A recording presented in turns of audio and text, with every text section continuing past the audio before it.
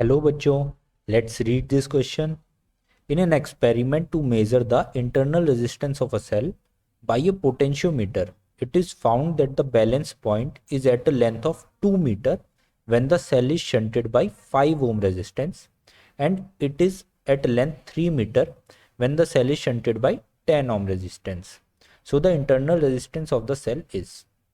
So देखो basically क्या हो रहा है इस क्वेश्चन में, आपके किसी एक्सटर्नल रेजिस्टेंसेस को यूज़ करके सेल के इंटरनल रेजिस्टेंस का पता किया जा रहा है by using potentiometer.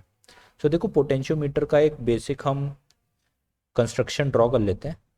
Let's say ये आपकी कोई वोल्टेज है V जिससे आपका पोटेंशियोमीटर वायर कनेक्टेड है। ये आपका पोटेंशियोमीटर वायर है, ठीक है। लेट्स से इसकी लेंथ है कैपिटल L इस पोटेंशियोमीटर वायर की, ठीक है।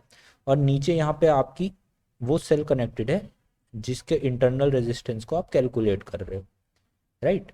ये आपका इधर आर्म में गैल्वेनोमीटर लगा हुआ है जिसकी रीडिंग आप जीरो करके इस लेंथ को बेसिकली कैलकुलेट करते हो, जो स्मॉल एल लेंथ है, ठीक है।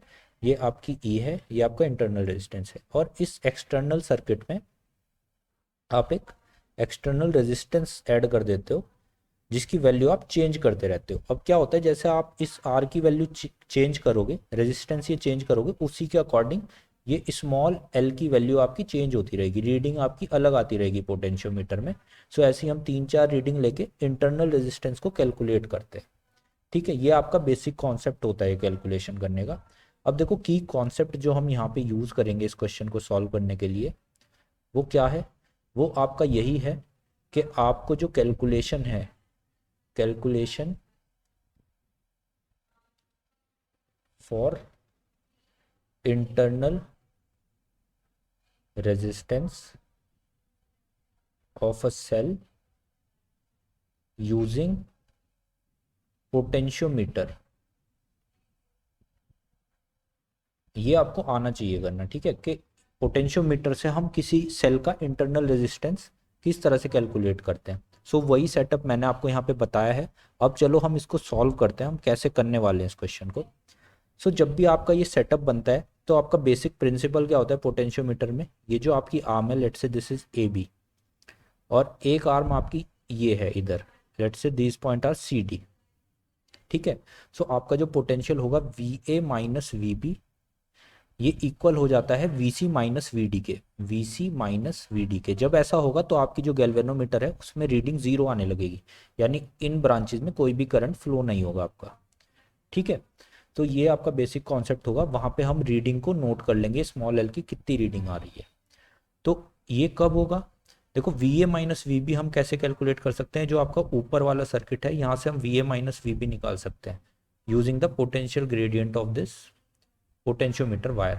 वो क्या होता है, जैसे कि आपका लेट से यहाँ पे पोटेंशियल डिफरेंस कितना आएगा, V A minus V B, आपकी स्मॉल लेंथ है एल, टोटल लेंथ है एल, और पोटेंशियल जो आपका ऊपर लगा हुआ है वो है वी। सो ये आपका क्या देगा, आपको V A minus V B की वैल्यू देगा।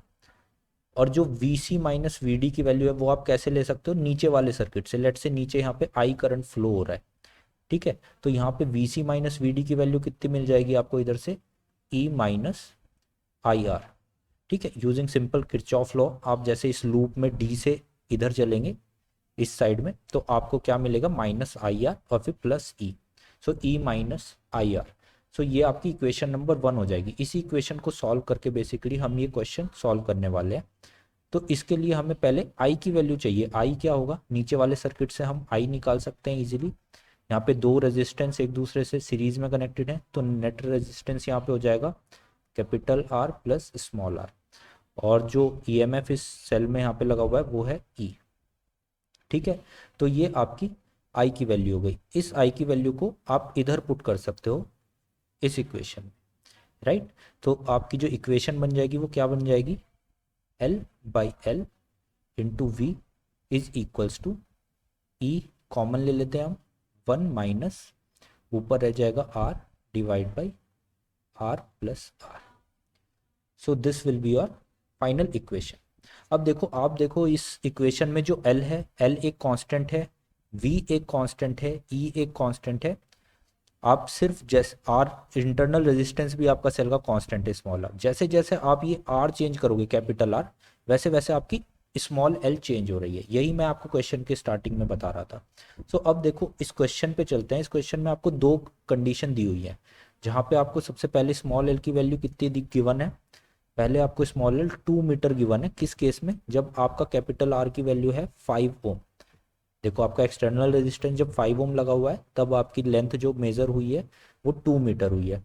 लेट से ये L1 और R1 है, ऐसे ही आपको L2 और R2 की वैल्यू कितनी दे रखी है, 3 मीटर, एंड R2 की वैल्यू आपको गिवन है 10 ओम, राइट। सो इन दोनों वैल्यूज को जब हम इस इक्वेशन में पुट करेंगे तो हमें दो इक्वेशंस मिल जाएंगी। सबसे पहले क्या होगा, L1 की वैल्यू आप स्मॉल एल की 2 रख दो, यहाँ पे capital L into V is equals to E into 1 minus R upon capital R, इस बार आपका है 5 प्लस आर। एक इक्वेशन आपकी ये हो गई, और नीचे आप दूसरी जब इक्वेशन लिखोगे उसमें यहाँ पे 3 आ जाएगा, L V is equals to E into 1 minus small R upon 10 plus R, right. अब आप क्या करो, हमें चाहिए बेसिकली यहाँ से क्या, हम स्मॉल आर के लिए यहाँ पे सॉल्व कर रहे हैं, तो हमें v और e और l नहीं चाहिए। तो हम क्या करते हैं, इन दोनों इक्वेशंस को एक दूसरे से डिवाइड कर देते हैं। तो जैसे ही हम इन्हें एक दूसरे से डिवाइड करेंगे, v कैंसिल आउट हो जाएगा, l कैंसिल आउट हो जाएगा और e भी कैंसिल आउट हो जाएगा। तो हमें क्या मिल जाएगा यहाँ से हमें मिलेगा 2/3 इज इक्वल्स टू, ऊपर आप सॉल्व करोगे तो आपको मिलेगा 5 डिवाइड बाई 5 प्लस आर, और यहाँ पे आपको मिलेगा 10 divide by 10 plus R, right. अब इसको देखो आप थोड़ा सा रीअरेंज करोगे तो आपको ये वैल्यू क्या मिलने वाली है, मैं इसको ऊपर सॉल्व कर देता हूँ यहाँ पे, ठीक है।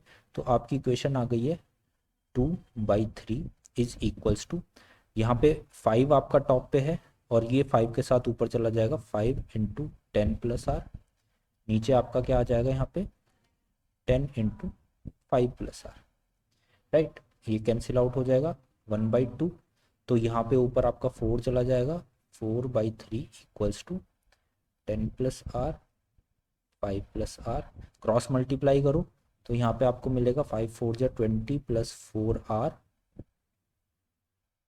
Is equals to 30 plus 3r। तो जब आप इसको सॉल्व करोगे तो आपकी r की वैल्यू यहाँ से कितनी आ जाएगी, 30 माइनस 20 यानी 10 ohm. So 10 ohm is your internal resistance of this EMF, जिसको आपने कैलकुलेट कर लिया है इन दो गिवन कंडीशंस की वजह से, ठीक है। तो आपका सही आंसर कौन सा होगा, option number B, 10 ohm is your correct answer. So I hope you understood this question. Good luck.